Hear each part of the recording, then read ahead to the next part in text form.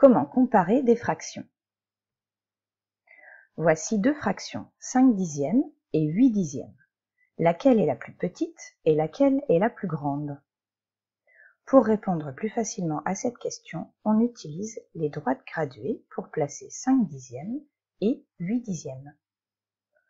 On voit bien que 5 dixièmes est plus petit que 8 dixièmes. Lorsque le dénominateur est le même, c'est le numérateur qui permet de comparer les fractions. 25 est inférieur à 32, donc la fraction 25 dixièmes est inférieure à la fraction 32 dixièmes. 12 est inférieur à 17, la fraction 12 quinzièmes est inférieure à la fraction 17 quinzièmes. Mais lorsque les dénominateurs sont différents et que les numérateurs sont identiques, comment faire? Là encore, on utilise la représentation visuelle. Lorsqu'on fait des quarts, on partage en 4. Lorsqu'on fait des dixièmes, on partage en 10. Les parts sont donc beaucoup plus petites. Je prends le même nombre de parts, mais si elles sont plus petites, la surface coloriée est inférieure.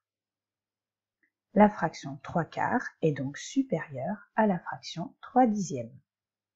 Dans une fraction, lorsque le numérateur est le même, c'est le dénominateur qui permet de comparer les fractions. Plus il y a de parts, plus elles sont petites, plus la fraction est petite. 5 huitièmes est donc une fraction inférieure à 5 demi. Mais lorsque les numérateurs et les dénominateurs sont différents, comment faire pour comparer les fractions?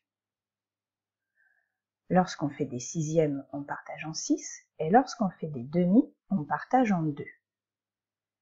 Et on constate que 3 sixièmes occupent la même surface qu'un demi. Ces deux fractions sont égales. Mais pourquoi? 2 est 3 fois plus petit que 6. J'ai donc des parts 3 fois plus grandes. Mais 1 est 3 fois plus petit que 3. Je prends 3 fois moins de parts. Donc au final, j'obtiens la même chose. 3 sixièmes égale 1 demi. À demain, en classe, pour comparer d'autres fractions.